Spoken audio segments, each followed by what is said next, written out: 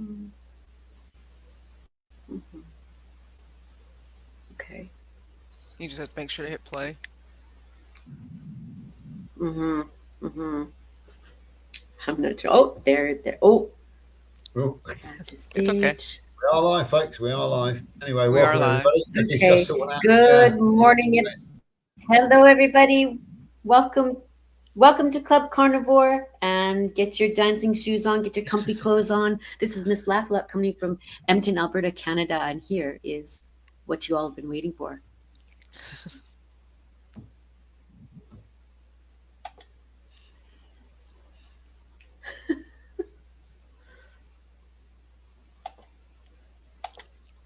Let's see. Yeah, thank you so much for your patience as I figured this out. Okay, we're gonna abandon that and welcome to the show. We have the beautiful JC Calamity Oh, in thank the room today, and we also have a several guests in the house. And I'm so excited to learn more about JC Calamity. She's also going to do something really cool, and she's going to demonstrate a Zumba uh, session with us. How you doing? What's happening with you, JC? Not a whole lot, just a kind of a semi-normal, and I think you still have the song up, so I don't know if you want to update, change out the Hey Debbie Sue, if you want to change out the what's appearing right now. Yeah, So I think right now yeah. we There we have go. the There we go. yeah, and if you want to just move the song out of the way, There yeah, we go. perfect. Yeah, there you There we go, go. perfect. Thank you. Perfection. Oh, no worries. So yeah, no, it's normal, kind of a normal Sunday for me. I did start leave from work, and so it's kind of a little bit more relaxed, but I still got things to do. So went shopping. The spouse he's about to he think he's already started put some meat on the pellet grill. So speaking of club, we're having our own club carnivore here at the house, but we usually do a big cook, when meats are on sale, we just kind of collect them, and then eventually there'll be a weekend that we cook everything, and we use that throughout the year. And so we did that, and then unfortunately, well, I shouldn't say unfortunately. I mean, weather is weather, but we are going to have a bit of a cold spell. It's going to get, I think, 26 Fahrenheit, and I think that's negative 3 degrees Celsius. And so that's tonight. Luckily, it's only going to be one night, but it's, I still sort of, I batten down the hatches, like make sure all the pipes are winterized, and make sure there's nothing hooked up to the, water hoses are unhooked and all the things, and that the chickens and stuff are pretty settled. So that's been my Sunday. So that's kind of what's been going on and everything. I didn't know if we want to say hi to our friends. Yes. Yeah. So I'm curious. What did you put in on the The grill, barbecue? we The grill. have we and I know there's people who are not eaters of pork, but we do have, I love ribs. Then we have a pork shoulder. Then we have turkey, and then I picked up some.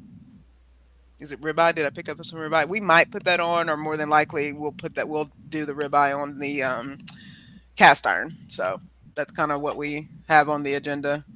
And then I also got some shrimp while I was there. So we get we touch. I'm without lamb and goat at this point. So I probably should have said what we're not putting on the putting on. So, but yeah. But I'll post. I'll make sure to, because I took some pictures last night of the seasoning, and then I'll certainly post. What it, after everything's cooked and everything. So I'll make sure to post to my channel. Nice. Yeah. Well, I wish I was there. I could taste it. Is there? It's good. I'm not ashamed to say that I married for my spouse's cooking abilities. So, so I'm not ashamed to say that. So So he does the cooking then. we both enjoy cooking. I tend to let him deal with all the, between. I've been blessed throughout my life that either I or, my father amazing cook, brother, amazing cook, husband, amazing cook. I know how to season. My mother knows how to season. My mother can dress a deer like nobody's business. She's, I joke with her. It's like, what did you eat? Because, she's from, the Chicago area. And I'm like, how do you know how to dress a deer and other animals so well? What were you doing up there in the 60s in Chicago? But she's really good at it. So, but we're from the East Texas area, so hunting is a thing that we've done all our lives, and so we know how to, whether it's you know any food type. I've been surrounded by people or myself have learned how to cook well. So and we know what seasoning is, and we know what smoking, how to smoke things for a long period of time, what the importance of that, and then of course we know how seasoning works. So we don't. It's very few occasions that we have sad food in the house, if that makes sense.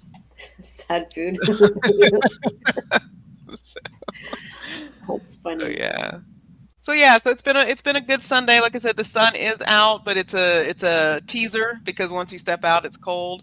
But it is a beautiful day sight wise. It's just a little toasty, but nothing a jacket can't cure. Hmm. And so, how's Mark, Owen, and Alex and Oh geez. Stephanie? Okay. All right, all the chickens. Oh, you gotten everyone's name down. You were good. So, the chickens are good. Just for those who are new, I have, I'll say I have 27 of age birds, and so mature birds, laying hens. I have 24 hens that are layers right now, and then three roosters that were born in April, so they are vibrant and viral at the same time, and so they are good. Mark did not attack me. Oh, Mark attacked me last night, so you're not going to see it. Well, he didn't attack me. It's somewhat my fault, but he Mark did peck attacked me. you? Well, he Oh pecked my me. goodness. He pecked me. So the alpha order is Owen. He's that beautiful one that everyone saw on my page. So there's Owen, and then there's Mark. He's probably second in command. And then there's Alex. Alex is who I called my reluctant rooster. So if you're new to my channel, you did not get to go through the journey of me trying to determine what Alex was, because when he was growing up, he had very hen-like tendencies, but then he eventually sort of decided, he was a rooster. So he was kind of the last one to kind of decide, hey, I'm a rooster. Hey, world. And so that's the order of dominance. And it's called a pecking order for a reason, because there is a lot of pecking involved for hens and for the rooster. And so Mark sometimes gets very, he tries to chase Alex out of the hen house, if you will. And so I decided the best way, and some of my homesteaders are on here, and they can let me know, they can let the chat know how best they handle their fun roosters, is what I'll call them. But what is recommended when you have a rooster that is just, I don't want to call it, because they are not. I have been around aggressive roosters.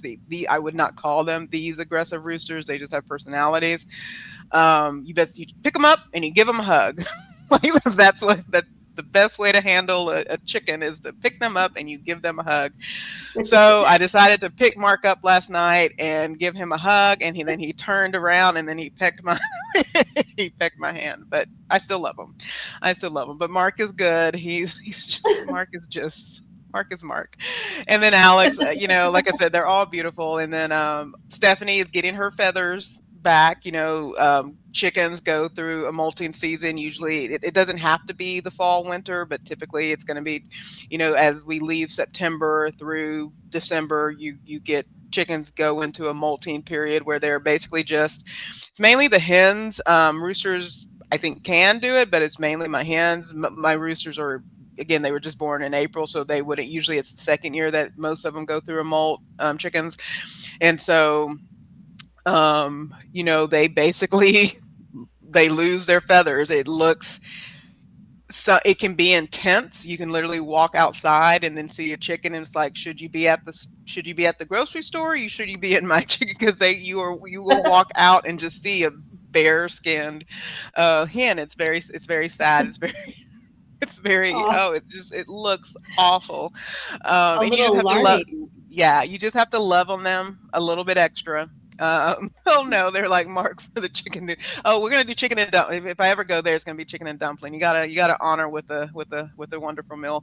But um, so uh, so yeah, they go through this molting period where they're just they end. They're not laying eggs during this time, and because all that they're preserving all their nutrition, all that protein, all the they're have to rebuild their feathers, and so you just give them an extra protein.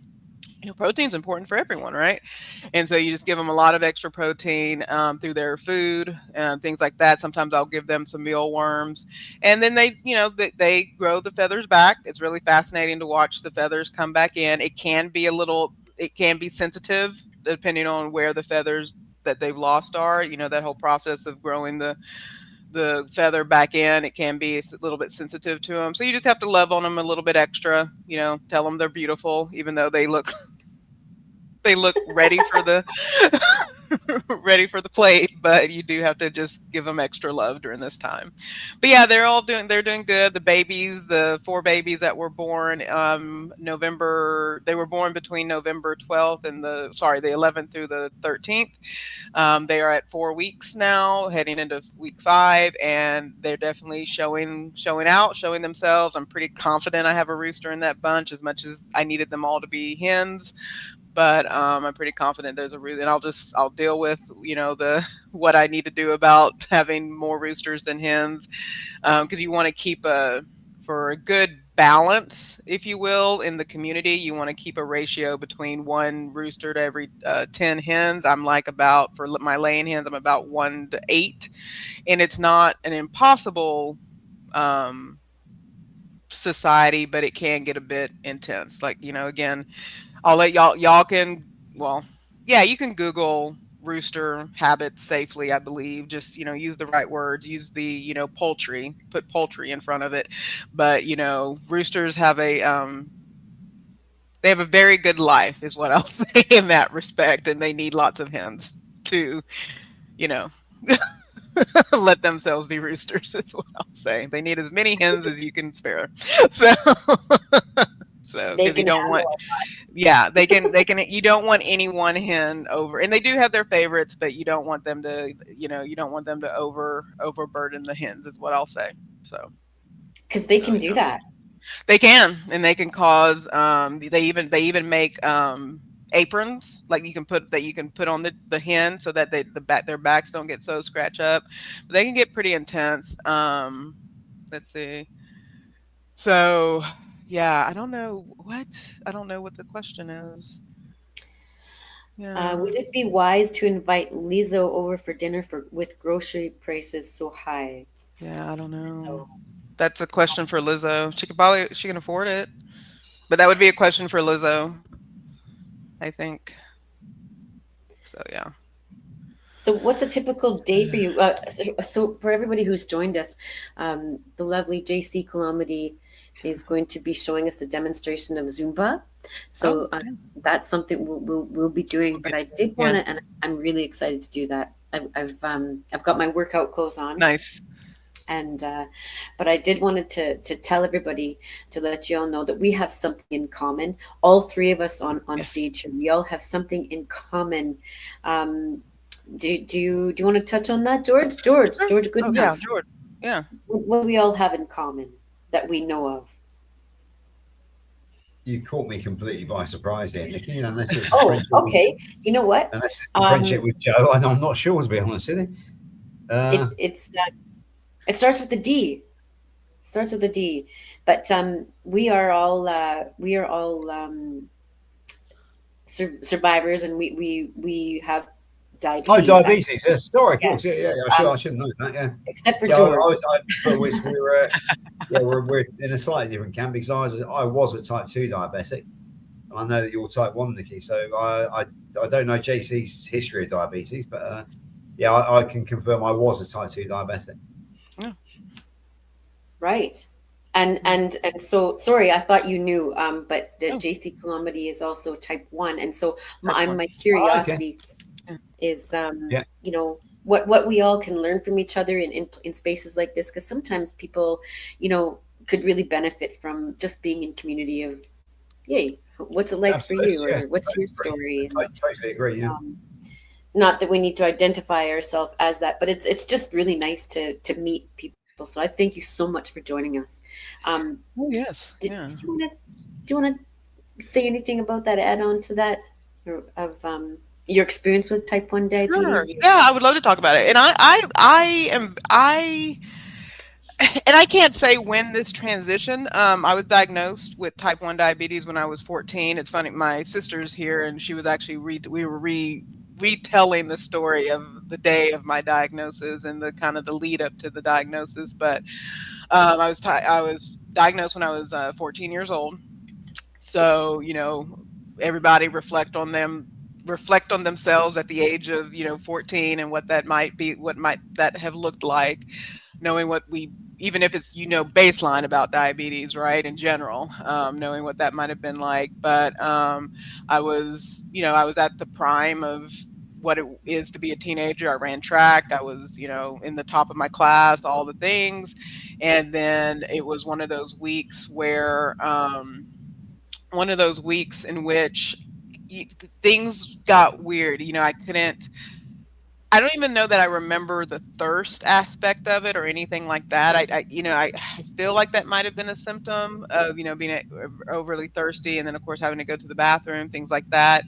The symptom that I remember the most is that there were times I couldn't hold myself up, like my leg. I can remember like my calves and legs would get stiff, and I just couldn't really move. And then my two of my locker mates. So, in America, for those of you who are not in the US, we have lockers in the school. And so I had, my buddies, and I went to a very small school. And so the people I went to kindergarten with were the same people I graduated high school with. So, pretty, these are people I would have known all my life. Right. And so they had to bring me, my mother worked at the school, so they were able to kind of walk me over to my mom. And then basically at some point later that night, I had to be rushed to the emergency room because I had basically I was in full swing of ketoacidosis, which is severely high blood sugar. And so the blood, or my blood in the bloodstream had pretty much become acidic, or turning, boiling at that point, if you will. And so, prior to that, a couple days prior to that, the symptoms very much mimic the flu. And so the doctor was like, oh, we'll just treat for the flu, which is, give her food, give her, orange juice, 7 Up, whatever, all the things. And so I'm just compounding, this blood sugar is just compounding with things to increase. So eventually, again, I ended up going to the emergency room, where they were able to, I don't know if I can't say, and I never really asked if I was ever truly in, like, whether it was a chemically induced coma or whatever the case may be, or just the state of my body. But, 4 days later, I was finally sort of aware of the world, talking with the doctors, doing all the things. And I would soon discover that, by the time I had gotten to the ER, my blood sugar, or my blood glucose, I need to be better about saying blood glucose and not sugar. My blood glucose reading was 1300. I mean, it was, normal blood sugar is, 70 to the 180. That's the in range, right? The normal. So well above that. God bless all the people involved. I won't give there are funny moments in this story that have been retold to me. And if we all meet up in heaven, I will ask for it to be replayed, because I would love to see it from, an observer's perspective, and not having one to have been the one to experience it. But my family has told me of the funny moments that led up to me going to the ER and then eventually recovering. So yeah, so at the age of 14, I get a diagnosis that I'm type 1 diabetic. Before I leave the hospital, I have to test and make sure that I can give myself insulin, things like that. And you practice on an orange. And then I'll kind of speed us up. I get through high school, get through college. I will say that I call myself, especially now that I'm in my 40s, I call myself a very blessed type 1 diabetic, because I didn't always manage this well. Either whether it was not eating the right foods. And again, it's not so much right or wrong, but maybe, not eating foods that were, um, where the diabetes could be managed well is not something I paid attention to. The physical activity was not something I was paying attention to. Eventually, that type 1 turned into where I did have resistance, and there was weight gain and things of that nature that had happened. And so there were times where I would have the beginnings of microvascular complications. So microvascular, think of things like in the eye, you know,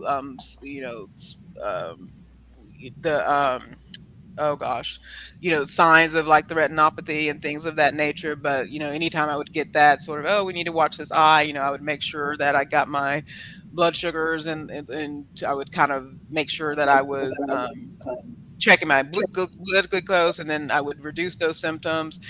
And then eventually, I would say probably 12 years ago, I got serious about my health. I went to Weight Watchers, lost the weight, did the things, got myself into a pretty good state of care with my type 1 diabetes management, where I was in a happy place with it. In 2016, I eventually got my insulin pump. I happened to do the Medtronic insulin pump system. There are other insulin pump systems. This also comes with even though it's covered up, it comes with the Guardian 4 sensor. I actually have a new sensor that I'm going to try soon. So that's exciting. And I will say, since I've had in 2016, once I got the insulin pump, that became a game changer in the management of my type 1. And then fast forward to July of this year, I started on Zepbound. It's a GLP-1, it's a tirzepatide. And the science behind all the GLP-1s, it sort of makes, as a type 1 diabetic, it very much makes sense, since the GLP-1 and the GIP that's within the Zepbound or the tirzepatide, the medications are supporting hormones and agents with insulin and with glucagon. And so my insulin sensitivity has been phenomenal. I've been able to I don't worry like if it's a food item under like 15 grams of carbs, I don't even bolus anymore. The level of management that this Zepbound has given, and probably the most shocking thing about using Zepbound to help support. Let me back up. The FDA has not approved Zepbound or GLP-1s for type 1, so I do need to put that disclaimer on there. I'm able to get it because of the BMI.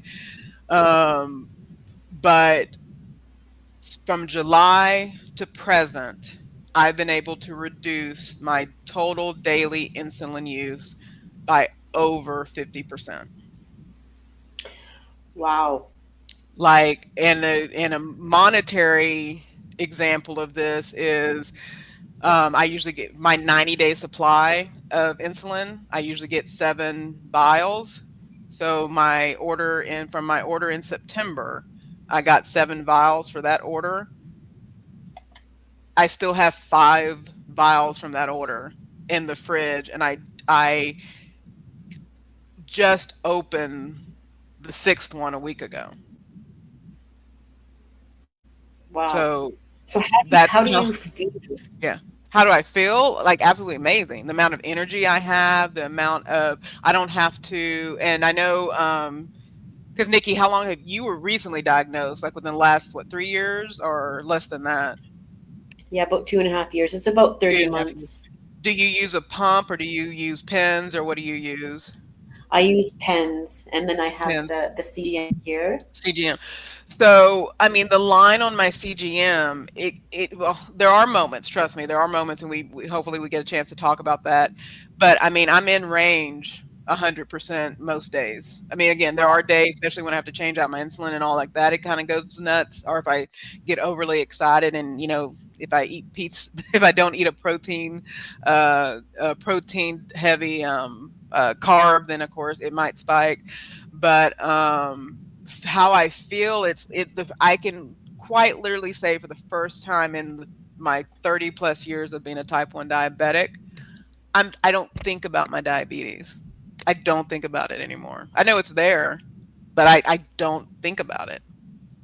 I don't have to do a temporary a temporary basal rate when I work out like before. And I've shared this with other people, and I'll try to go through this one really quick. But before how I would get to a workout in the morning, I would have to first, wake up, test my blood sugar, see where it was at. If it was in the 130s or 140s, I'd be fine.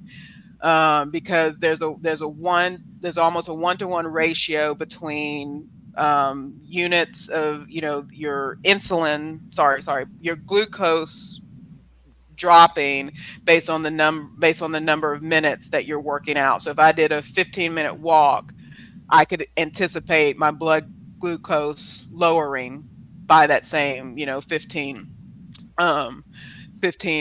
milligrams per deciliter. And so before, when I would wake up, I would just play this game of, is it in the right range? So if it was in the 130s, the 140s, I'd go ahead and do my workout. And then by the time I would do my 30-minute workout, it'd be in the low 100s, right?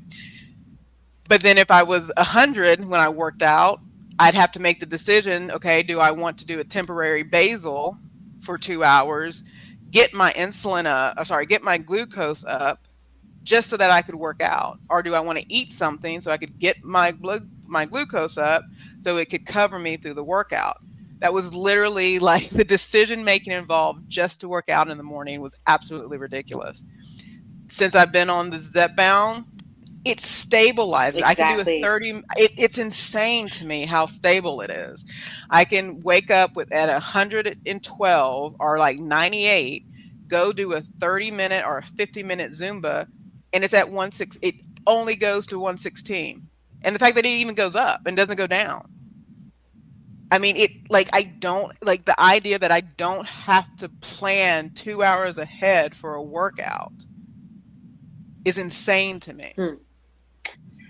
That is insane to me. I can't wrap my head around that. Can you explain to everybody what exactly the science behind Zepbound? I'll do my understanding of it, and there's some experts in the chat, so definitely correct me where I miss it. So Zepbound it has two. So the first ones that we kind of knew about was Ozempic and Wegovy, which is a semaglutide, which that's the true GLP-1. And so it's a peptide. Our bodies naturally have these, how about this? Our bodies naturally have these peptides in our bodies. And like I said, it's a long name. And Joe, if you can put like the name, the full name of a GIP and a GLP-1 in the chat, that'd be lovely. They naturally exist in our bodies, and they essentially aid insulin in doing the work it needs to do to get to our cells, to help with insulin sensitivity, to open up our cells so that our cells can break down the food. And the insulin is that lock and key system. So the insulin opens up our cells so that the energy, the food, all the things, protein, fat, all the things can get into our cells, and our cells can do the things they need to do. Well, my understanding is that what they've determined is with these GLP, GR1, and these peptides is, as part of that process, they are aiding in that delivery, that signaling. They're aiding in the signaling of, this person is about to eat. Let's get our insulin going. And then of course there's actions that the liver takes with like the stored sugar and all this other stuff. And I'm not explaining it the best way, but that is sort of my overall sort of understanding, that they're agents and aiding in sort of the pancreas and the liver doing all the things it needs to do to allow for the proper, how about this, the proper functioning of how insulin works in the body ultimately. And so Joe's putting this up in here to help, basically it help, guide, it guides with what the, with what the insulin is doing in our body. And then tirzepatide, which is Zepbound and, which is Zepbound and Mounjaro, that has a second peptide in it, which is this GIP. which is, let's see if Joe put it in here, because I don't want to get the name. Yeah, so it's the glucose dependent insulin trophic polypeptide. So, and it mimics GIP, making it a dual antagonist. And so, again, how these help is that this is what tells us they aid in telling us we are full. So that's satiety. So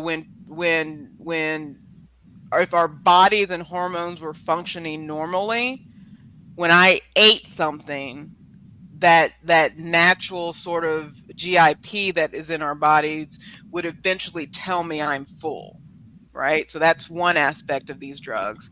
The other aspect of this is that it allows us to the appetite part of this, so the suppression, the quieting of the food noise, things of that nature. Because before taking this drug, I would eat dinner, or I would eat breakfast, or I would eat lunch, and I would be satisfied with that meal, right? But then literally, as sometimes even as I'm finishing that dinner, right, I'm thinking about the next snack or the next meal. I'm not even hungry. I'm not even finished with the meal in front of me. And I'm like, oh, I'm going to have popcorn an hour from now just because I want popcorn. You know what I mean? And it's not that I'm hungry for the popcorn. It's not that I need the popcorn. It's just this constant, it's just that not feeling satisfied or full. And you're already thinking about your next meal while you're literally in the middle of your current meal. Right. And so what these GLP-1s help with is that feeling of satisfaction, and then also just really understanding that food is fuel. Like I'm not always thinking about food. I'm not always this idea of hunger all the time. Like it's hard to say, because if you've never had that feeling of where you're always hungry, unless you've had like a hard work day or you just haven't eaten all day, right? Then that's an understandable feeling of hunger. But for those of us who have had to sort of get that feeling of hunger quieted, it's just this constant need to wonder where your next meal is coming from, for no other reason than that you want the food. Whether it's satisfying, filling you or not, you just want to be eating all the time. So, yeah. But And do you instincts find are that, oh, go ahead. Go ahead. I don't know about you, but I know for myself, I know always had, I've had a history of just food addiction, right? And food things. But but the type 1 diabetes has compounded my, and I really work towards it, but I'm always thinking about food. Like it's like, when is the next food going to come, or how is that going to affect me? Like I've explained it to people, like it's Right. having 4 toddlers having type 1 diabetes. Right. 4 toddlers. Can you relate to that? Yeah, I mean, you can't, because insulin is, or diabetes, or being a type 1, and having to, especially having to deal with lows or having to deal with highs, and well, let's just talk about lows for a second, right? Like a hypoglycemia, so low blood glucose, you turn into a raging monster in the middle of a low. I know the times that I have a low, your body is just telling you to fix it, fix it, fix it. So even though you're supposed to do what is it, the 15, 15 and 15 rule, so 15 grams of some sort of sugar, not carb like a piece of bread, unless that's the only thing around, but you need that instant sugar or instant glucose, right? And so the goal is that you're supposed to, get some intake of sugar, wait 15 minutes, test again. So that's what your logical mind says, right? That's what your logical Can you mind tells repeat you that, that you're please? supposed to do. Yeah, Can you so repeat it's that, like, please? yes. So 15, kind of 15 and 15. So get something with 15 or more. You can do 15 to 20, but you want at minimum 15 grams of some sort of like instant sugar. So like honey, If you have, I don't have any with me. I wish I usually have samples to show people, but I do the glucose tabs or the glucose gel or the glucose. They have a glucose shot now, which is kind of fun. But those things will sort of, get your sugar up quick and fast. If you have hard candy, orange juice, if anybody remembers Still Magnolias when they had to get Shelby her orange juice because she was a brittle type 1 diabetic, which is a whole different type of diabetic. But you need instant sugar Brittle. quickly. Yeah, brittle diet. But those are the ones that they can't. Their blood. It's hard to control their blood sugar. Yeah, they're type 1s, but it's like a more severe version of a type 1. So ideally that's what you do to treat a low. You wait, you take that 15 grams of sugar. Hopefully it's the fastest version of a sugar breakdown that you're taking, and then wait 15 minutes to test to see if you've elevated. That again is what you're supposed to do, right? But I know for my experience, when I get a low blood sugar, I become a ravenous creature of give me sugar now. So my go-to, like what my brain or what my body wants is I want Raisin Bran, which is probably the worst cereal on the planet. It's tastes good, but it's like so full of sugar. But that's almost I don't want to use right or wrong, but it's not the best choice because yes, while it might deal with the increase that you need immediately, you're going to pay for it 2 hours later when your blood glucose then shoots up. Then you go on the roller coaster. So this is what you were talking about, the toddler business, right? So if you don't do the patience of low blood glucose, then you're shooting up the other direction. You're getting a high. So your whole day becomes low, high. Then you have to treat the high.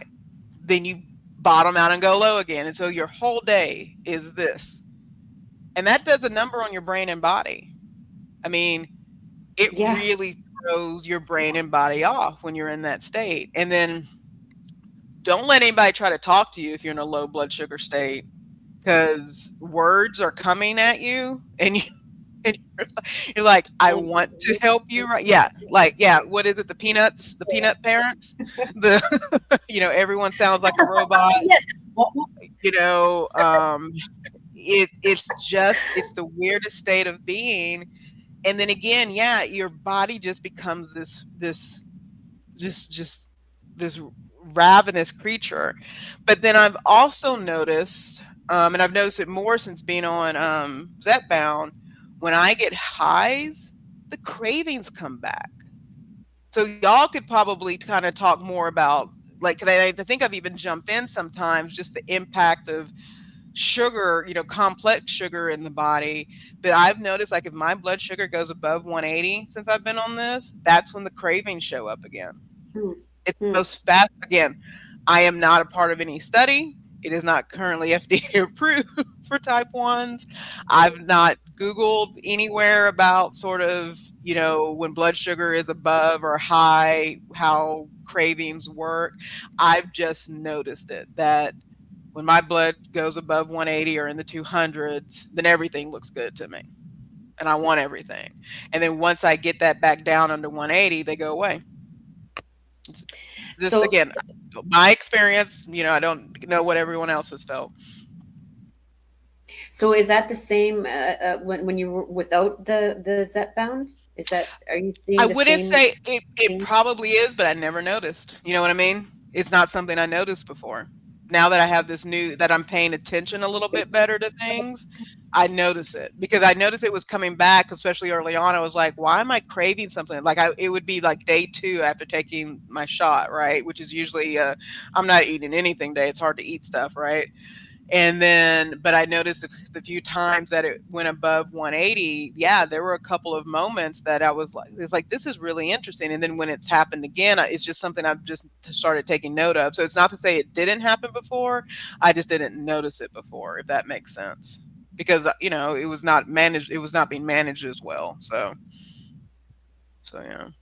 But yeah, so I know that's a lot to say about type 1s and being on Zepbound and I can't say that that's the experience for everybody. The blessings that I've gotten out of this, and just kind of but what I will say is that that paying attention to my body a bit more since taking this, it's just kind of enlightened me a little bit more. And then of course now, because of, as we are learning more about the impact of obesity and weight loss and all the things, and how insulin, whether it's insulin sensitivity, insulin resistance. I think I saw someone in here talk about and I always have to, I don't know why I always have to see this word to say it, the retatrutide, that has a third and so this is It's wild a to hard me. one. This is wild to me. So that has a third hormone in it, which is glucagon. Okay. And I don't know if I didn't know this before, I just ignored this before, but I'm sitting here thinking to myself of like, that's what they give type 1s or anyone taking insulin. I shouldn't say anyone, because everybody may not get the same meds. But for those taking insulin where there is a worry about low blood sugar, you get a nice little emergency kit, a little orange little emergency kit with a little bitty vial of glucagon in it. So here I am sitting on the hottest thing on the market, right? This glucagon that's going to make this retatrutide, this amazing weight loss drug. But I think what's fascinating to me is like, here I am, 30 years, a type 1 diabetic. You've been in a couple years. I've had family members that were type 2 diabetic, and so insulin and glucagon, all these words have been a part of my life. And now, because of some of these medications that are out there now, everybody's talking insulin. Everybody's talking glucagon. And it's like, who knew the pancreas and the liver would be, in 2020, in, the late 2020s, that the importance of the importance of pancreas and liver hormones would be the thing that potentially solves for how people live their lives and move around in their bodies. So And there it's just right. Go ahead.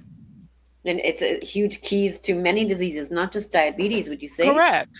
Oh Yeah. yeah. I mean, Like hormones let's be real. Hormones in general. Like anytime that again, my science people out there, anything. And I'm doing this because of the pituitary gland, but anything involving hormone, like the hormones are, whether they're the ones within, because we're just talking pancreas, right? But there's hormones being produced throughout the body, and anytime there's an imbalance in those, it's going to throw something off in our bodies.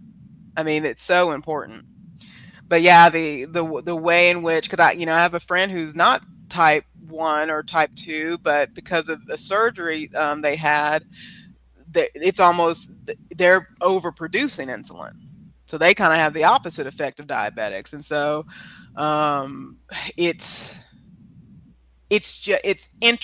just sort of, these little organs in our body creating all this chaos for us and stuff. And so it's I don't know. I've just been reflecting on it of, yay, hey pancreas, you're finally getting your due in life. So just just interesting sort of a reality we're in today. So yeah. so for anybody who doesn't know what glucagon is, what would you say to them?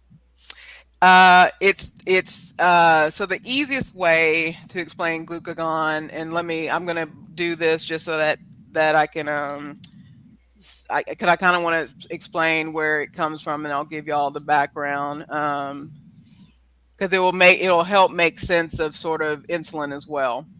So essentially, you have so each organ will have alpha and beta cells that sort of help the organ do what it's regulated to do.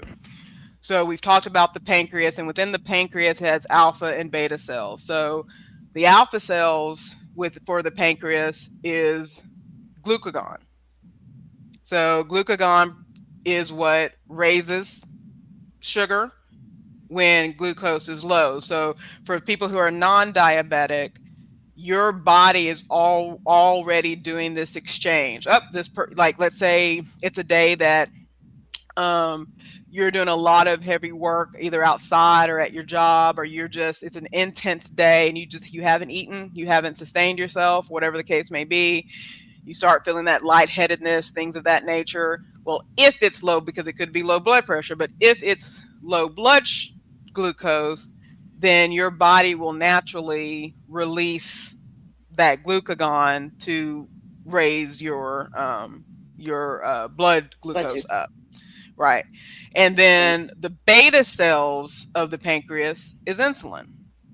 And so for type 1s, whether, it's considered autoimmune, but something in our lives, and also I will say insulin dependent, because you can end up being insulin dependent because of the pancreas has to be removed due to injury, cancer, or something happened to the pancreas, damage, the steroid induced diabetes. Because of overuse of steroids, it can kill the pancreas or can kill the beta cells, so it doesn't produce insulin. So there could be different reasons why your pancreas is no longer producing insulin. For type 1, especially those young, something happens, and there is some science out there that some of this could be before birth. It just shows up whenever it shows up. Like you have kind of like a time clock, if you will, for when the beta cells stop working. It could be something, again, you're born with, and then there's just a clock on those beta cells. But ultimately, the beta cells stop producing. Something attacks them that they stop producing insulin. So, of course, insulin is what is used to lower blood glucose. And so for non-diabetics, or those without resistance, though these things are happening already naturally, like something like when the moment your stomach sort of tells your brain it wants to eat, or the time of day, it's around that time of day that you typically eat and sustain yourself, your brain will sort of tell everything, let's get to work, let's get that insulin and glucose exchange happening. But again, for type 1 diabetics, that's not happening with us. So we're not, well, I shouldn't say that. I'm not saying our body doesn't, like, who are my mechanics in the room? It's not to say that something in our body doesn't try to start, but nothing's coming out. You know what I mean? The little to zero insulin is getting produced in our body, so nothing's coming out. And again, if you've had surgery or pancreatitis, and that's led to you having to some sort of damage to your kidney, your pancreas, then insulin is not going to function like is supposed to. So that's kind of the science behind insulin and the science behind glucagon. There's a really great book, I think, and I'll put it in here when we kind of turn the script. It's called Think Like a Pancreas, and again, and Joe can take care of it. Think Like a Pancreas. It's an amazing book. And it goes deeper into the science of sort of what's happening with diabetes. It talks about LADA, which is the latent adult, latent adult diabetes. Onset diabetes. Yes. Yep. And then there's several others, of course, the gestational diabetes. There's, again, like I said, steroid induced, or because of surgery. And then they've even I wouldn't say discovered, but they've named a fifth one they're just calling it type 5 diabetes, which is based on malnutrition. It's mainly seen in third world countries so far. I don't know if that's because they just haven't studied it like in the UK or in the US, but it's called type, and this was just this summer that they've been talking about this, but it's based on malnutrition as a child, that things just go out of whack, and it kind of has there's a balance between the two. It basically, it has symptoms of both type 1 and type 2, but it's based on it goes back to the importance of nutrition even as a child. So wow, that's new to me. Yeah, that's new to me. It's like I said, it's the same. When I saw it, I was like, oh, here we go. So but it's a really an amazing book, and I think it's good, for the community, that y'all, with the the carnivore and things like that. And I know we haven't even gotten to that yet, and so I apologize. And I know there's still some Zumba to happen, so we've been talking a lot type 1, but yeah, I mean it's it's new language that I have, is that, it's a disease I'm managing. Again, they're used to, I would love, Nikki, I would love to hear your story too on this, that, yeah, there was a time that, how do you navigate the world? It's a disease that if you don't manage it, there will be complications. And I think sometimes that's hard to, it can get very frustrating. It can get very depressing. I promise you, there are times that especially when I was either doing the shot or the pins, that you think you're doing everything right, and you wake up to a high, or you encounter a high and you got to deal with it. Your friends are doing whatever, and you got to deal with this high blood sugar reading that you can't get down for whatever reason. And you curse at it, whoever it is you want to curse at. Like, why do you have this, all this other stuff. And just, there are times you can get into a real depression about it's not even a why me, but it's like, why do I have to deal with this, right? But I think there was a It's moment exhausting. It's very exhausting. And there's a mental toll. I mean, there's truly a mental toll to this disease, because you're fighting, and I know, you're fighting all the possible complications. Like, my grandmother went blind with type 2. Wow. She's, they had amputate, yeah, they lived in a different time, and they had to deal with amputations.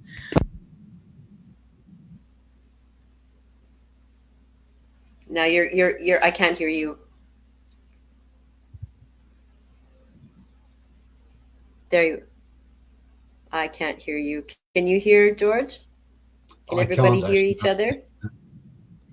Okay, you can We've hear lost me, but you JC. can't hear Yeah, her. I can hear you, Nikki, but I can't hear JC. Yeah.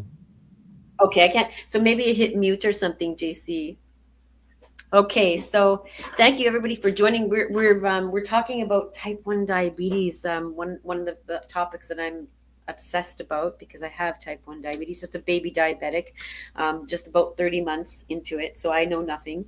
So I'm so grateful to be around somebody such as JC, because she's so knowledgeable. So thank you so much. And of course, George is a former type 2. So if you don't realize that type 2 is reversible, it's possible. It may not be for everybody, because there's definitely technique involved. I think you're back now, JC. Oh, no. No. But so there's definitely technique, both in type 2 and type 1. Yeah, I've just been talking in chat there, Nikki. I've had a spectacular success story myself, and I have had one very spectacular success story when a guy reached out to me for coaching.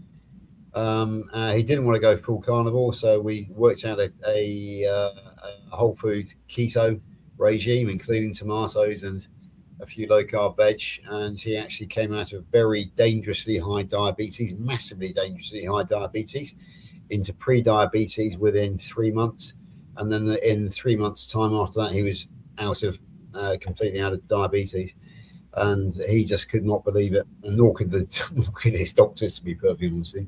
So yeah, type 2 is absolutely curable, I would say.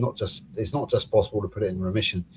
My nurse now tells me that after 3 perfect blood tests, she now considers me cured, and I don't, at the age of 60, I don't even have to go back for any of my annual blood tests anymore, because they don't consider me at risk. I'm no longer type 2 diabetic.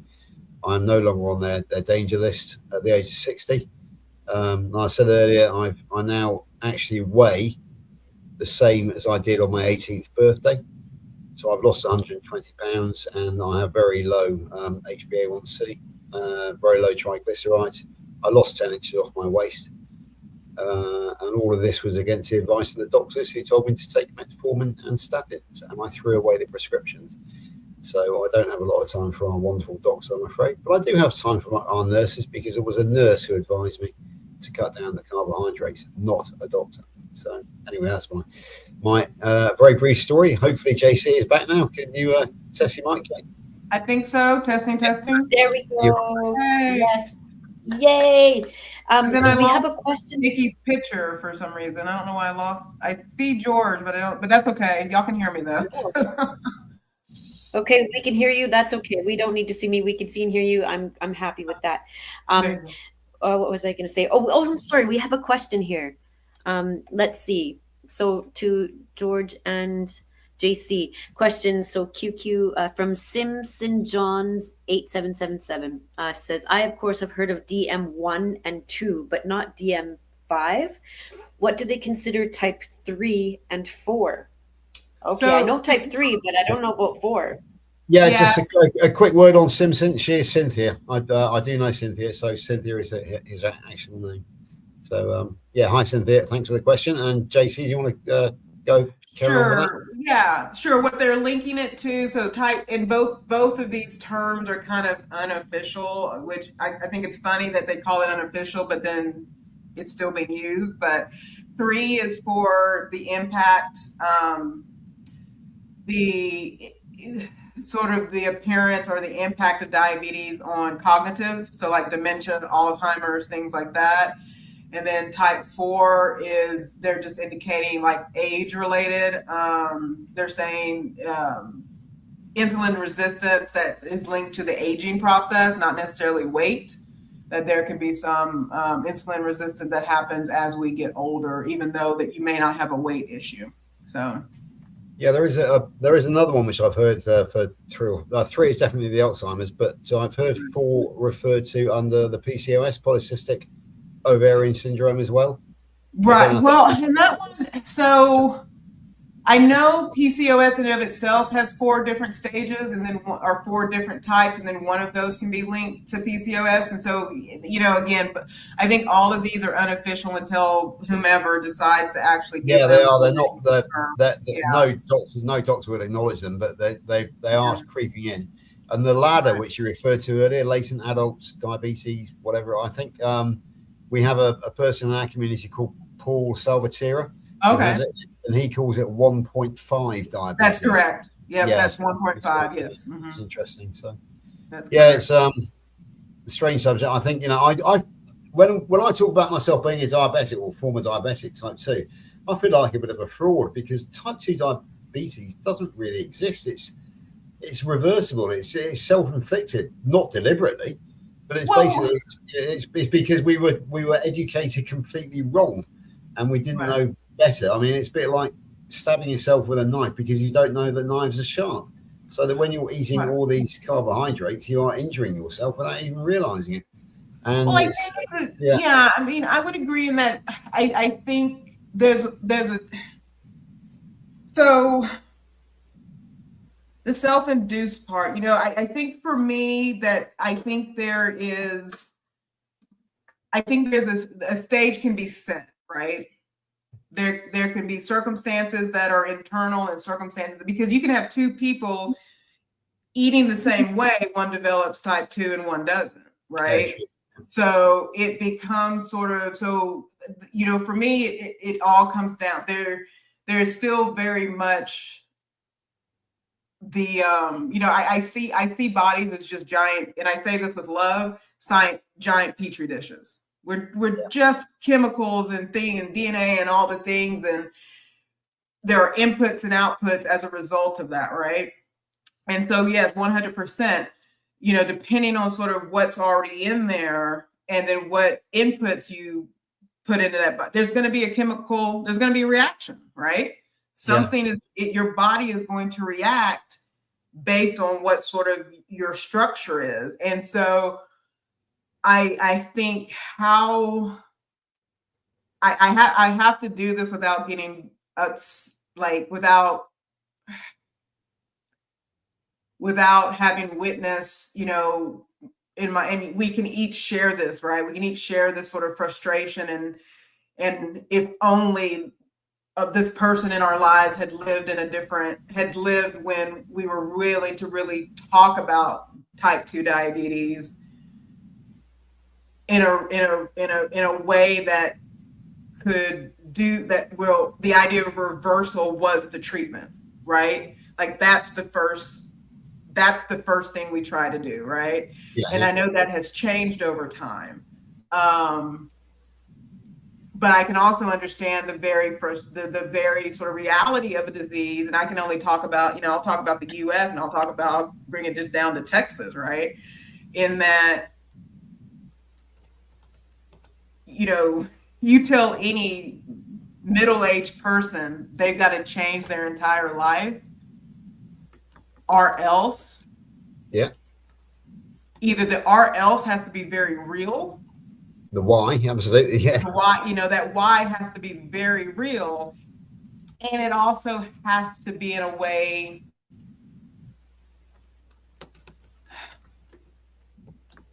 that it can be taken in and not treated as a 360 of your life, even though it very much so needs to be a 360, right? Yeah, absolutely. It's a mind thing, and it's happening at an age where you're already battling. And that's why I enjoy hearing you speak on it, because it's middle age is also the time that we sort of get very settled in our ways. That's very true. The way I do things is the right way. Yeah. So how do I do that, right? Joe, sorry, JC, I was 56 and a half when I was diagnosed. I had to change my mindset drastically. It took me quite some time. It took me 18 months. I'm now a Kilts health coach, and I specialize, I like to think, in mindset changing. Right. How to get people to unlearn everything that they've learned, how to stop trusting the establishment, and how to start trusting themselves and their own research. I have my 4 pillars of what I call, of carnivore, so I'm carnivore. The first one is to have a strong why, because you really need, because to give up your macaroni, I had a discussion with one of my best friends yesterday about macaroni cheese, and she won't give it up for anybody. She's very fit and healthy. She actually rides 7 days a week. So she doesn't intend to give up her favorite macaroni cheese. Right. But so you've got to have a strong why. And I had a very strong why, as I've been explaining in the thing. Secondly is mindset, because we have to completely change our mindset to stop trusting. We have to learn that nobody is going to come and save us, that we are the captain of our own ship. Right. We have to think as 180 degrees away from what we've been taught. Basically, we've got to turn around everything that we've been taught by an establishment. But it's very difficult, because people of our age, we were brought up to trust our teachers, trust our doctors, to trust authority. But we can't anymore. And also, it's, we've actually got to convince people that they won't get bored. They won't get bored eating very limited food, because basically the true limitation is when you're captured inside your own body, when you can't move, when you can't climb. I mean, we got our great friend Joe in there, and Joe will say that, it used to take people to put her out of a chair, but now she's up and dancing and she's out walking. Right. So that is liberty. That is not restriction. That is liberty. It's freedom. Right. And then the third thing is research. I mean, I can clearly see that people like you and Joe have massive amounts of research, because you're far more up on the actual physiological things than I am. And then finally, it is community, because basically community is where we share, where we learn from each other, where we encourage each other. But not only that, but we have fun. I mean, when I'm on with Joe, with our friend Joe Archer and yourself, isn't it just fun? Don't we have a laugh? It is. I mean, yeah. I came to the low carb lifestyle in order to heal myself from type 2 diabetes, but I'm staying on now and spending more and more time with my friends, because they're my friends and it's fun. That's the thing. It's not because I'm still trying to heal myself. I have done, but I just love hanging out with you guys. I really do, and I wouldn't swap it now for anything, to be perfectly honest with you. Which is why I organise meetups, and I've organised a Great British Meetup for next year, which it is Joe's intention in 6 months' time to be not only with us, but to be up on the dance floor with us as well, which I think is a very good. I think it's a great goal, and I want to see it, and I think it's going to happen. So yeah. So exactly. I wouldn't put yourself as, when you described it as sort of, because it's type 2, and it's not to mentally switch mindset. Go, put yourself in a new environment, put yourself in a new community that you don't understand about, trusting the choices you're making for your body, listening to, all those things. And then finding medical, because, there's still a need as you come out of that to still be supported by a medical team. It takes work. I've been blessed that I've had a good medical team around me to support a holistic approach to live. I had a doctor straight up tell me, it's like, because I was, this is when I was in college, I was telling her about all the things I was doing. And she goes, "What's the point if you're dead?" I mean, she just blankly looked, she just stared me in the face and was like, "Great, but if you're dead, who cares about all these accolades, right?" Exactly, yeah. So it's and that's why I sort of get back to, and I know, you can't go backwards, you can't have regrets, all the things, right?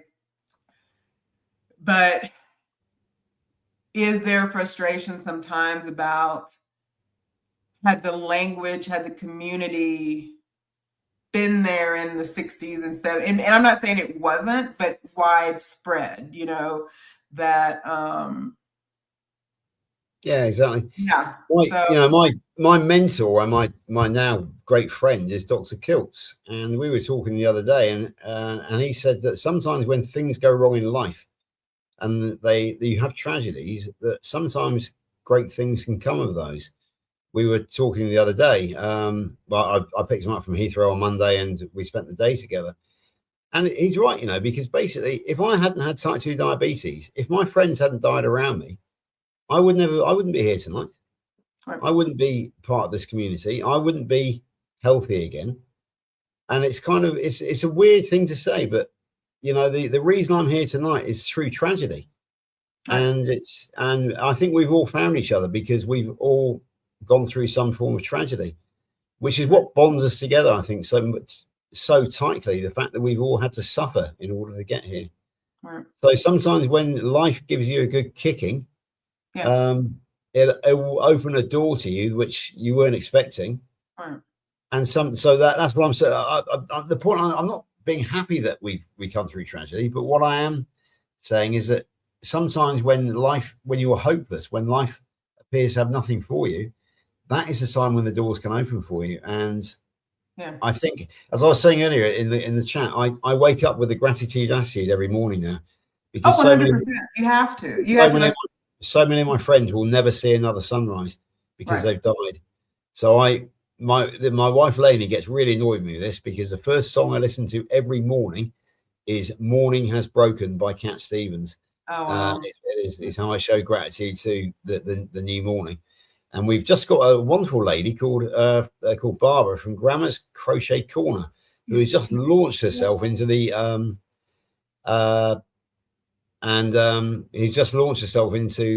music business with AI, and she has written what I think is going to be the theme tune to Healing Humanity. So I'm listening to that every morning as well. Wow. Yeah, Grandma's Crochet Corner, and go on there, and she's written a great song called "The Journey of a Carnivore Woman." It's her own journey, because she was bedbound, massively overweight and bedbound, and and now, but she's lost 120 pounds, and she's walking in her garden again, and these are songs of gratitude that she's writing. And I listen to these a lot as well, because it's so important. And and I don't necessarily play a song. I have the same, I kind of have the same thought every morning. I say to myself, if the good Lord has chosen for me to be up and see the sun, then there's a purpose I have in that day. Now, granted, that purpose may be all I do is lay in bed with my cat, or the purpose is I go out there and force Mark the rooster to love me. That could be the simple purpose I have in that day. But there's a purpose, right? There's a blessing to be had. But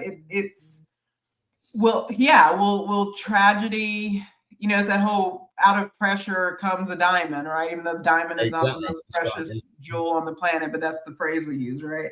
But it's 100% important. Oh, there's one thing I did want to show y'all, if I can here. I did want to show you this. Oh, hopefully I don't break it. So for those, and some of you in the keto community, I think y'all do have a CGM, but what's kind of neat about a CGM, you definitely begin to sort of, let me show y'all.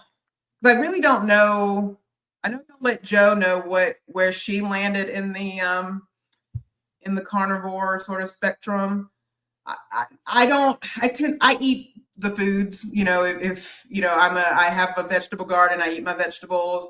I do have like whole grain, but I tend to find whole grains that are going to have more fiber or a good amount of fiber versus just because I do the net carbs and stuff like that.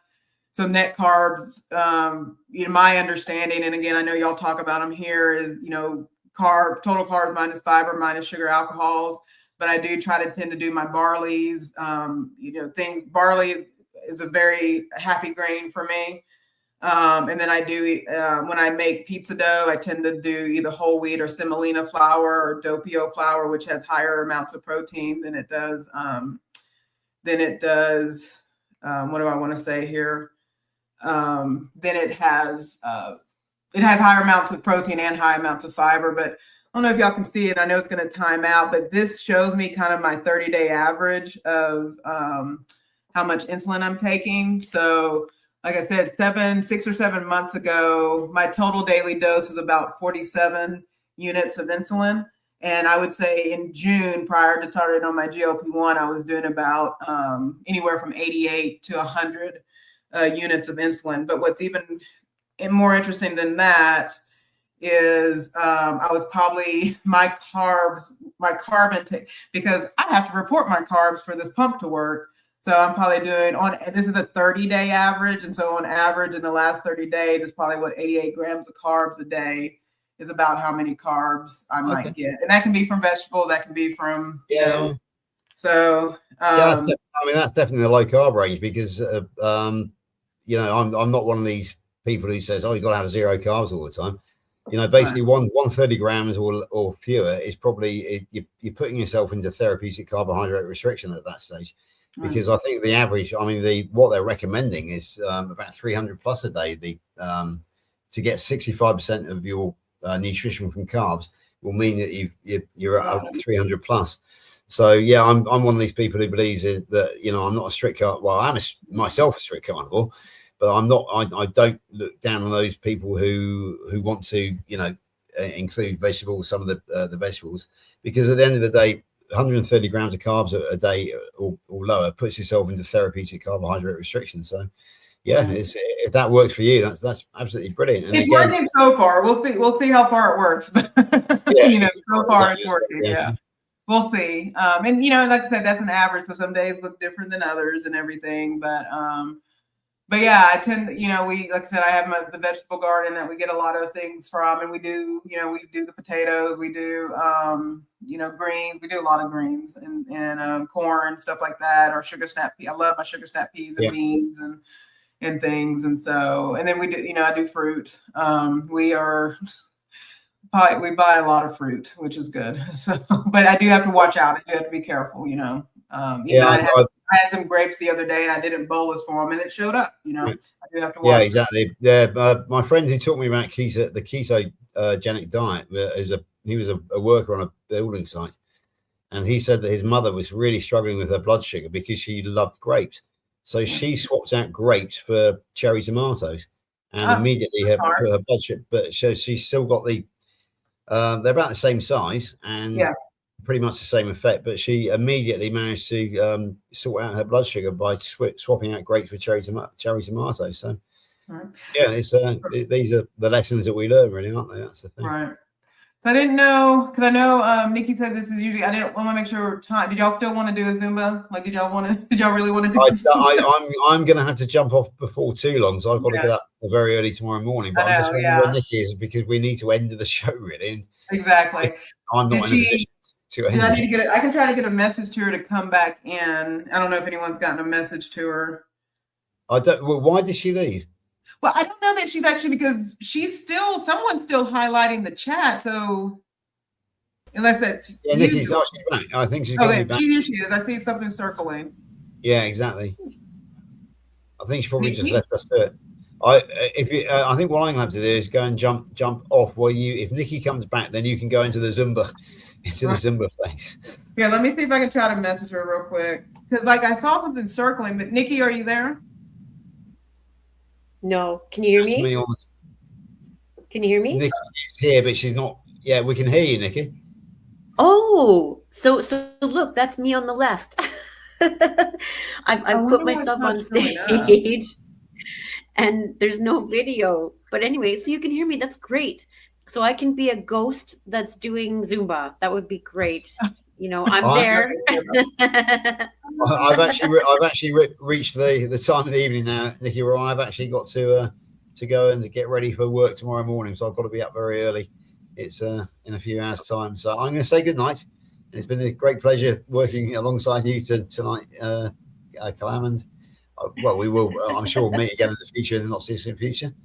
So anyway, good night, everybody, and I probably will. I'll try and check out the Zumba on the record. So You're good. You're good. You're good. We can chat more on time. I would love to deep dive even further and then have all my notes for diabetes, because I think I gave y'all the what can I recall in a moment discussion about diabetes, and y'all are well more deserving of a deeper discussion. So lovely. Okay. Anyway, good night, everybody, and I'll see you all next time. Bye bye.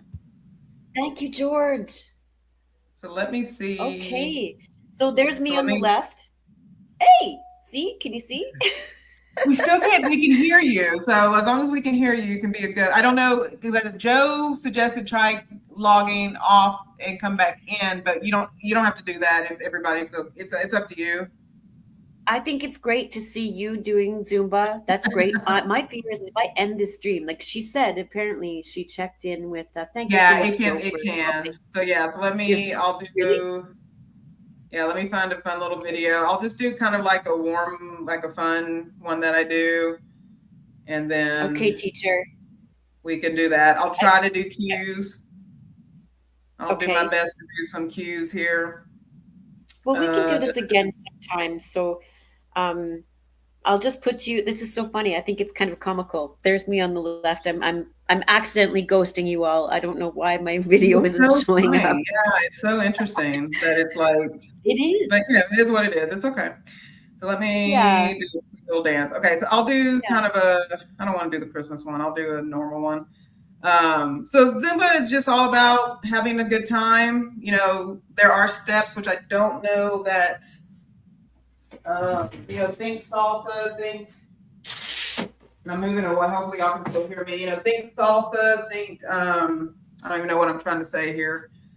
And then I'll have to play my own music, or maybe not play music at all. Y'all just have to kind of work with me, because I don't want you to get a copyright strike. But Zumba is really just about, moving your hips, pretending to do salsa, and, just having a good time.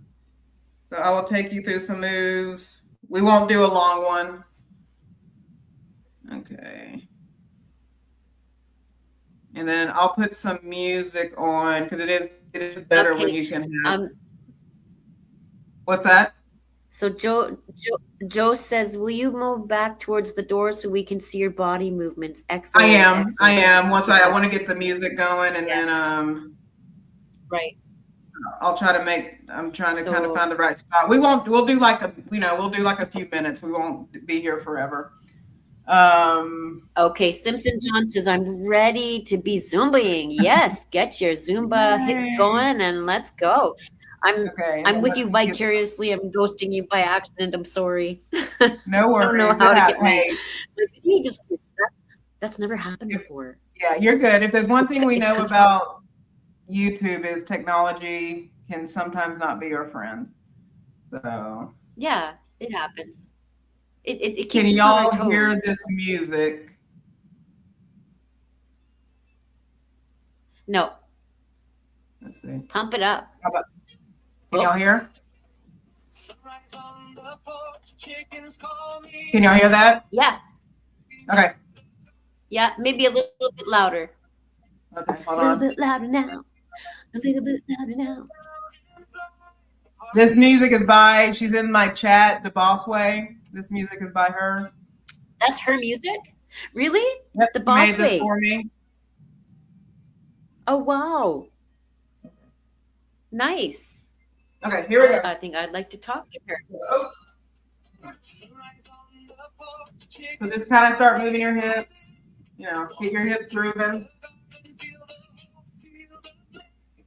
So we just kind of do, you start off slow. Oh, I can't see my feet. You know, kind of do some, move your hips.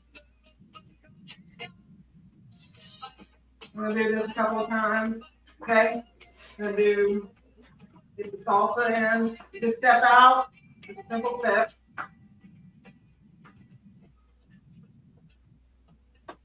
If you get your hips going,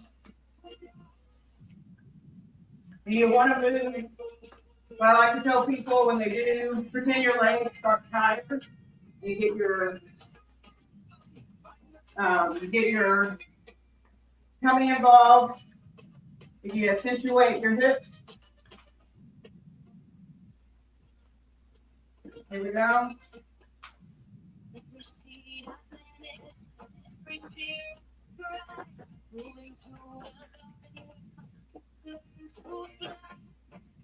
There's a fun move. You just move across the room. Do little steps.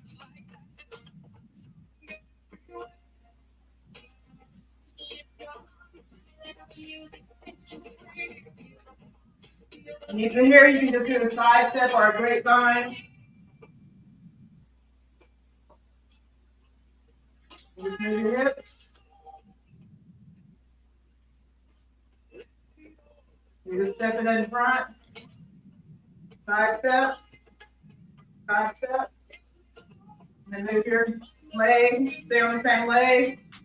And just move it forward and back. Side step. Side step.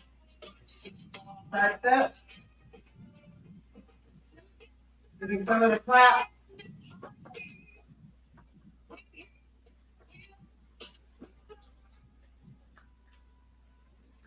Okay.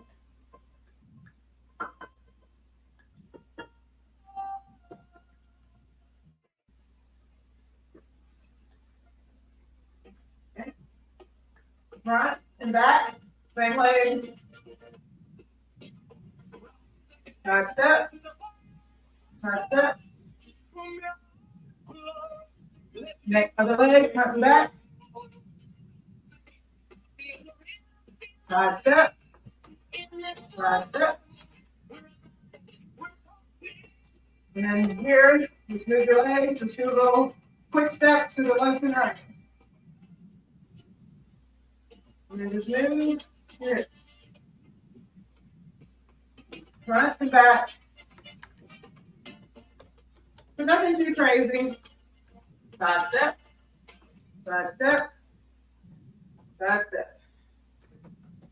There we go. There's a little bit of Zumba. That was wonderful. Get your energy going. Yeah, that was wonderful. Thank you. It feels good. Oh, of course. So how long have you been doing Zumba? Oh, well, I first got into it when I did Weight Watchers back in 2012 when I was first getting serious about losing weight and getting healthier in general, because it's not just about losing weight, just getting healthier. So around 2012, I joined Weight Watchers at the top of the year. I'm one of those people that joined Weight Watchers in January, and by March of that year, I knew I needed some activity, and a friend invited me to an in-person Zumba class. I initially was just going 3 days a week. I would do Monday, Wednesday, Saturday. They were 50-minute classes. They were really fun. It's, I do like group Zumba. And then by the next year, I had lost a little bit over 100 pounds at that point, and I was doing Zumba 4 to 5 times a week. I was going, Monday, Wednesday, sometimes Friday night, and Saturday, and then sometimes I would throw a Thursday in there if I wanted to. So that was kind of my routine back in the day, and then I ended up moving in 2014 to a different city and just had a different schedule. I was leaving the house about, 5:30 every morning, getting home about 6 or 6:30, and I didn't have the time for a whole lot of things. And, slowly and surely, every year since 2016, just gained anywhere from 10 to 12 pounds a year, and to, where I was in, like I said, July of this year. And that's when my doctor was like, we've got to do something about the weight there. And so, so that's when I ended up getting on. I was very reluctant to take a GLP-1. I was first offered to take Trulicity in August of 2022, and I was just said no every time. The next year, my endocrinologist asked me in August of 22, and I said no. My primary asked me about a year later in 23. I said no. I think 24, my primary asked me again, and I said no. And then in July of this year, my primary asked me. He was like, because I was hitting, I was at 292, and my doctor was like, "Look, you're type 1. We've got to figure out the weight thing." And he's like, "The worst thing that will happen is you take it, you don't like it, you just stop taking it." So I started it and haven't looked back. So here I am. And it's changed my world, right? You know, between joining YouTube and knowing that I need to start focusing on my gardening and just all the inputs that I have, it's just one of those things that, you know, like I said, it's given me new perspective. So yeah, It's fascinating, and I'm so grateful that we get to learn from you.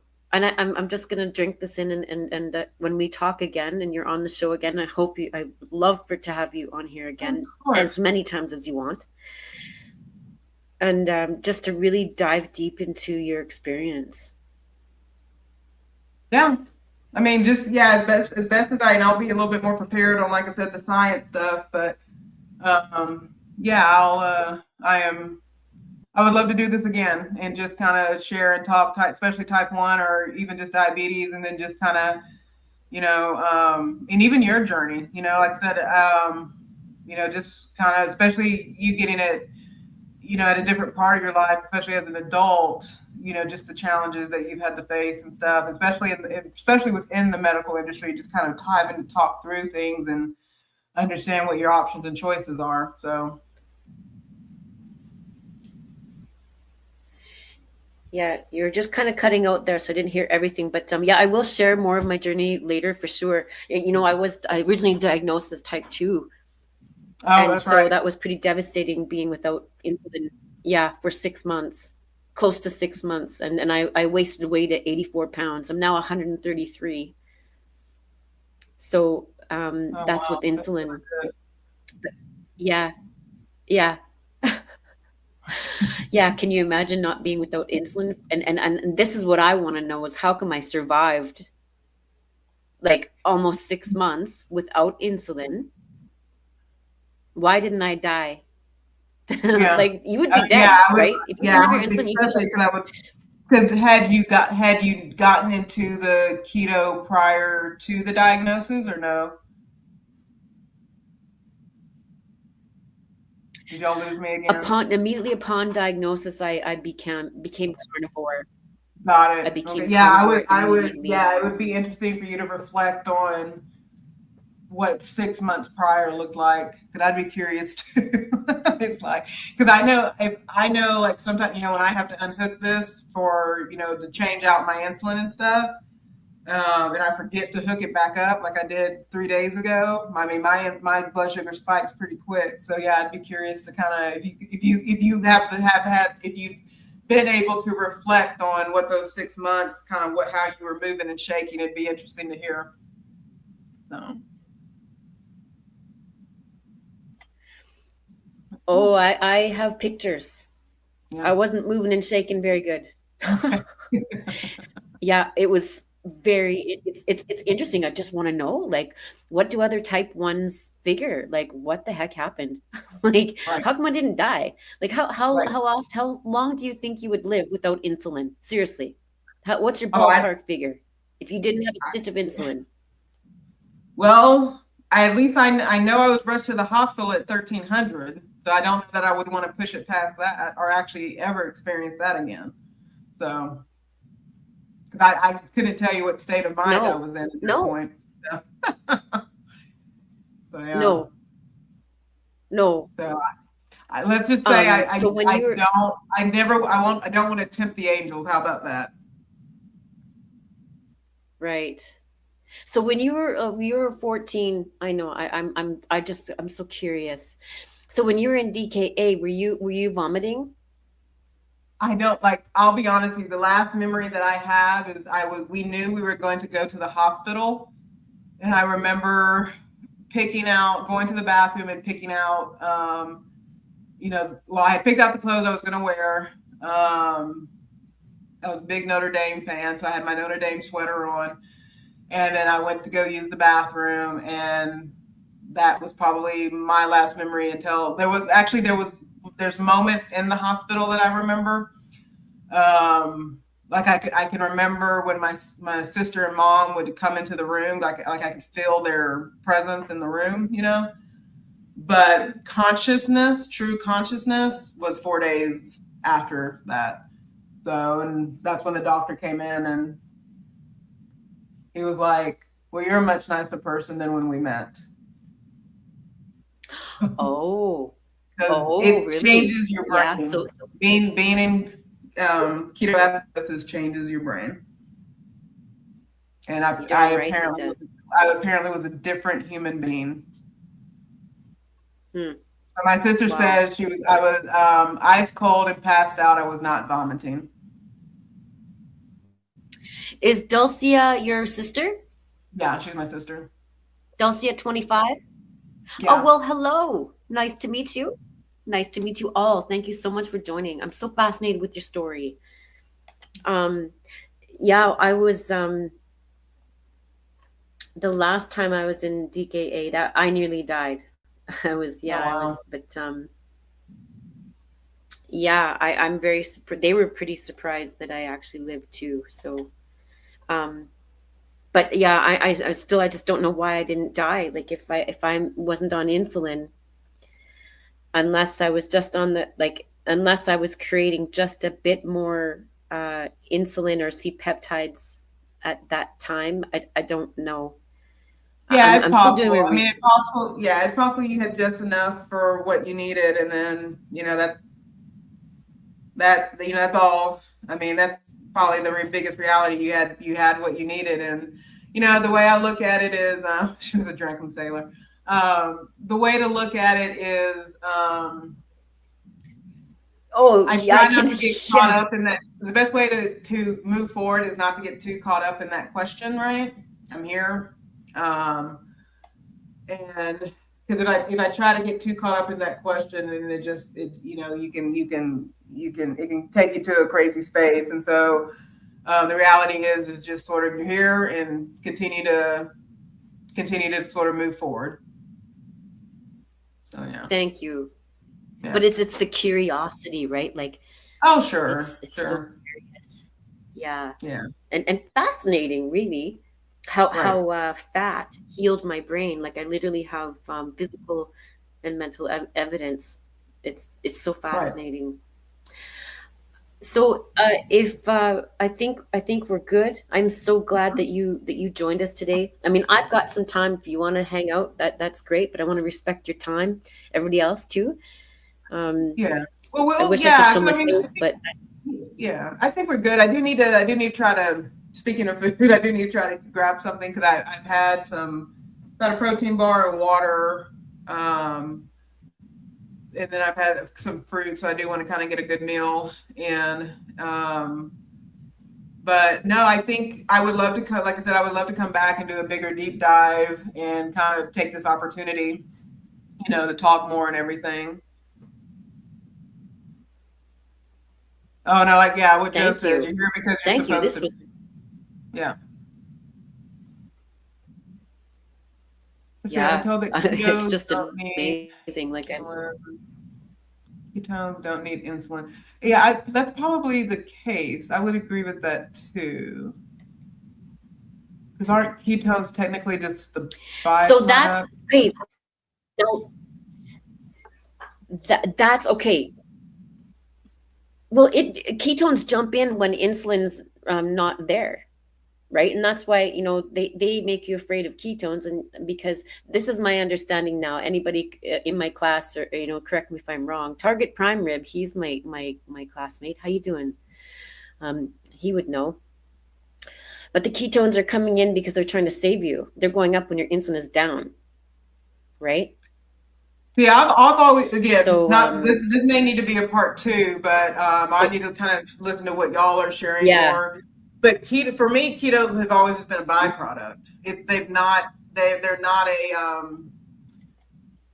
I'm not going to use. They have a purpose and function, but they're not driving what insulin is doing. But again, like I said, my understanding of it has been that they're a byproduct of other things happening in your system. Yeah. Related to insulin, but not driving what insulin is doing. So. Yeah, it's such a good question, and I welcome anybody who knows more about this. This is why next time we can have Dr. Nelson on here, and he can really dive into it. But my understanding the other day, I was really deep going into it on our coaching program. So we're learning about hyperinsulinemia and stuff like that, right? But my understanding would be that the logic would be that those ketones are jumping in because because like that's like that must have been what happening, because how did I live? I was hauled into the hospital puking. Well, I was in a coma. I had lost consciousness. I was found half naked by my friend because I was so hot. I do remember being so hot, and I was just puking. I could not stop puking, and I did not have any insulin. I was protesting my insulin. And unfortunately, that nearly killed me. But I was also I was protesting, and I was doing an experiment. But experiment gone very wrong. And I was in denial, right? It was my first year of diabetes, and I was in denial. Like, really, does this, what if I don't take this? And so I learned the hard way. So my blood sugar went up to a 40, which is near death's door. But I do believe, like, well, obviously, like, now that's a different time, because I was taking the insulin there, right? But in the initial 6 months, that's where I'm wondering, why didn't I, like, those ketones must have been so high that they were actually saving me. That's my hypothesis. I don't know. But yeah, it's a big topic. It's a big topic. And I think, right, and I think it's so the keto stuff is sort of this trading, is where is energy coming from? So like the ketogenic diet, and like sort of where energy is coming from instead of glucose, but the how insulin is functioning. Because remember, insulin is opening it's not just, I should not use the word just.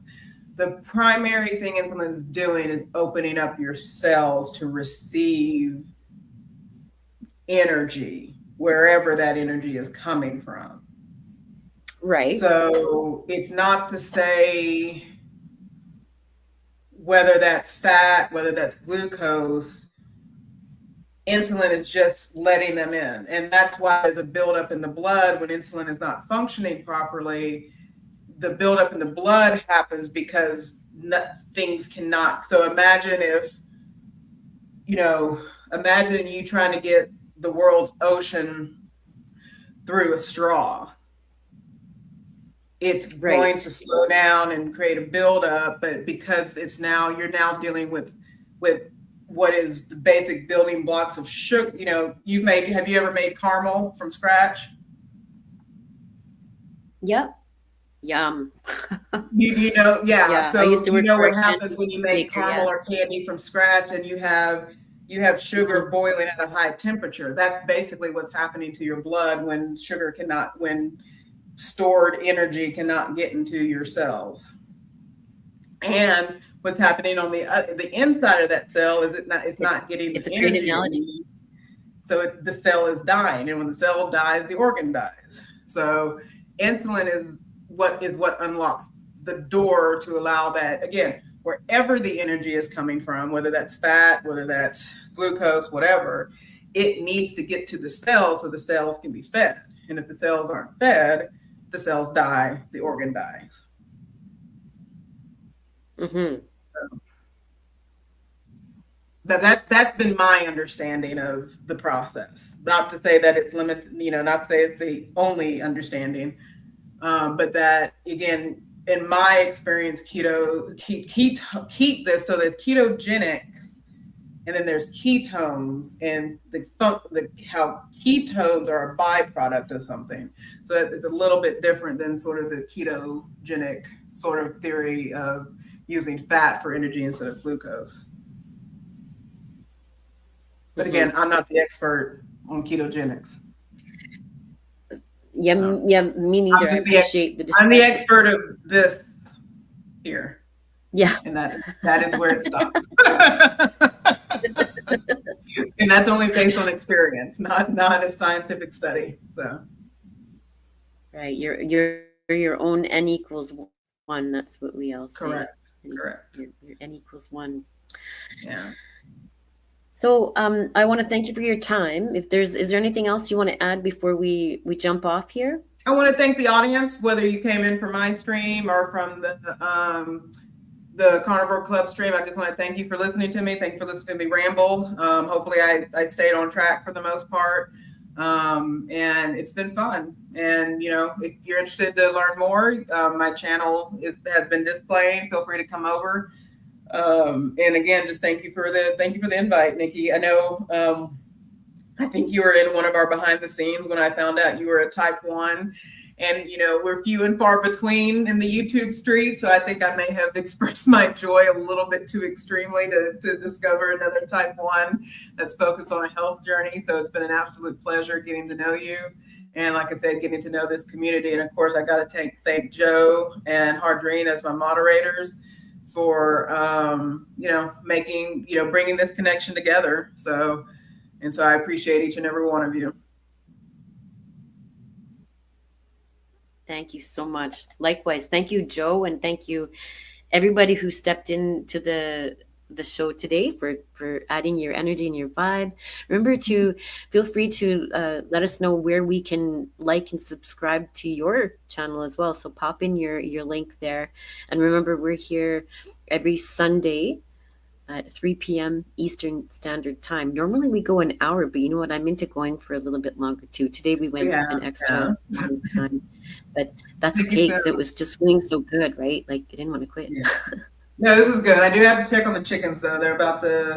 We're about to enter that winter, so I've got to make sure again, it's one night in low temperatures. I don't know why I'm being dramatic. So, but I do need to make sure. I'm really overly dramatic. It's all for Mark. Yeah. So, but yeah, I just got to check on things. But no, this has been an absolute pleasure, and I appreciate you again having been on the show and everything. I appreciate you. Thank you so much. We'll see you all next Sunday. And remember to say hi to kiss and a hug to Mark, Stephanie, Alex, and Owen, and all the other lovely chickens, because I just love chickens. I love them. Thank you for bringing this smile to my face. We'll see you all next time.